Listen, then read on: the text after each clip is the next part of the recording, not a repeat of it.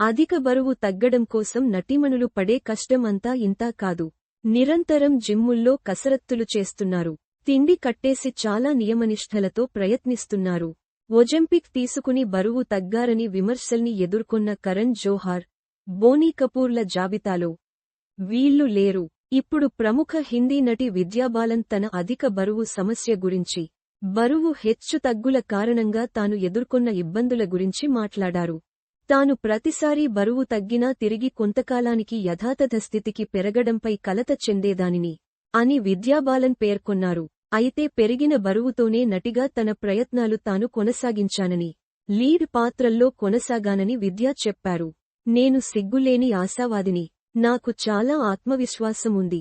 నేను వెనుకబడిపోకుండా నా గొప్పతనాన్ని నేను ప్రదర్శించాను అని బాలన్ తెలిపారు. చుట్టూ ఉన్న జనాలు బరువు తగ్గాలని సూచించినా కాని నాలో ఏ తప్పు లేదని భావించానని విద్య అన్నారు. నేను ఎప్పుడూ లీడ్ పాత్రలను వదిలిపెట్టలేదు.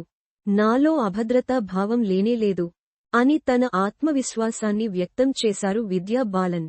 జీవితాంతం సన్నగా ఉండటానికి ప్రయత్నించాను. కఠినమైన ఆహార, వ్యాయామ నియమాలు అనుసరించాను. కొన్నిసార్లు బరువు తగ్గినా తిరిగి యథాస్థితికి వచ్చేదానిని అని తెలిపారు. ఆకు కూరలు, కూరగాయలు తిన్నాను. జీవితాంతం శాఖాహారిని. అయితే అన్ని కూరగాయలు అందరికీ సూట్ కావు. కొన్నిటిని ఎంపిక చేసుకుని తినాలని కూడా బాలన్ వెల్లడించారు. ఎన్టీఆర్ బయోపిక్లో బసవతారకం పాత్రలో విద్యాబాలన్ నటించిన సంగతి తెలిసిందే. బాలీవుడ్లో ఎన్నో క్లాసిక్ హిట్ చిత్రాల్లో నటించిన బాలన్, తెలుగమ్మాయి, పాపులర్ నటి సిల్కుస్మిత పాత్రలో నటించిన సంగతి తెలిసిందే.